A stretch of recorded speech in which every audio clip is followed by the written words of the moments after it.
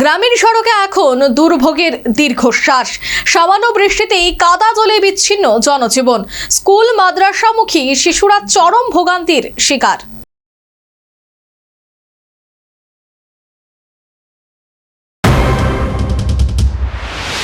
সোনামুড়ার কাঁঠালিয়া ব্লকের বাঁশপুকুর ও যাত্রাপুর পঞ্চায়েতের সীমান্তবর্তী গ্রামীণ সড়কের বিহাল দশা, যাকে ঘিরে চরম ক্ষোভ ছড়িয়েছে এলাকাবাসীর মধ্যে। সামান্য বৃষ্টিতেই রাস্তা জলে ও কাদায় একাকার হচ্ছে, ফলে ছোট যানবাহন চলাচল তো দূরের কথা, সাধারণ মানুষের হাঁটা চলায় এখন ঝুঁকিপূর্ণ। এলাকাবাসীর এমনটাই অভিযোগ। আমাদের বাঁশপুকুর পশ্চিমপাড়া যে রাস্তা দীর্ঘদিনের একটা সমস্যা। যেমন এখানে আপনার বাঁশপুকুর ইসলামিয়া সিনিয়র মাদ্রাসা হইতে যে যাত্রাপুর পঞ্চায়েত সংলগ্ন মসজিদ পর্যন্ত রাস্তাটা, এটা আপনার পশ্চিমপাড়াতে একটা হসপিটাল টিলা অঙ্গনারী সেন্টার আছে, এখানেও অনেক ছোট পচিকা ছাড়া আছে, যাবার ভীষণ একটা সমস্যা। এই রাস্তা দিয়ে গাড়ি ঘোড়া চালানো তো বর্ষা সিজন দূরের কথা, এখানে খালি পায়ে হাঁটাটাও মুশকিল হয়।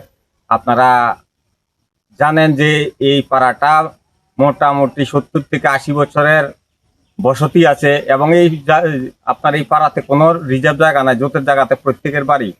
কিন্তু নির্বাচন আসলে আমরা দেখি এখানে সবাই গাল ভরা প্রতিশ্রুতি দিয়ে যায় যে আমাদের রাস্তাটা হয়ে যাবে, কিন্তু আমরা এখনো কাদা মাটি দিয়ে হাঁটতে হয়, যেটা ভাষায় প্রকাশ করার মতো না। স্থানীয়দের অভিযোগ, বাঁশপুকুর ইসলামিয়া সিনিয়র মাদ্রাসা থেকে যাত্রাপুর সংলগ্ন জামে মসজিদ পর্যন্ত ভায়া পশ্চিমপাড়া অঙ্গনওয়াড়ি সেন্টারের এই গুরুত্বপূর্ণ রাস্তাটি দীর্ঘদিন ধরে সংস্কারের অভাবে ভুগছে, কার্যত মরণ ফাঁদে পরিণত।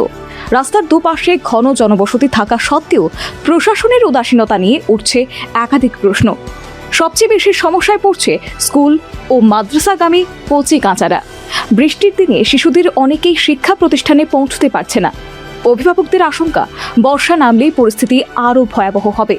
এলাকাবাসীর দাবি, ভোটের সময় শুধুমাত্র প্রতিশ্রুতির বন্যা বইলেও বাস্তবে রাস্তা সংস্কারের নেওয়া হচ্ছে না কোনো রকমের কার্যকরী পদক্ষেপ। বহুবার পঞ্চায়েত প্রতিনিধি ও সংশ্লিষ্ট দপ্তরে আবেদন জানিয়েও মেলেনি সমাধান। এখন প্রশ্ন, রাস্তা সংস্কারে প্রশাসনের এত উদাসীনতা কেন? শিশুদের নিরাপত্তার দায় নেবে কে? বর্ষার আগে কি মিলবে স্থায়ী সমাধান? Bureau report, news vanguard.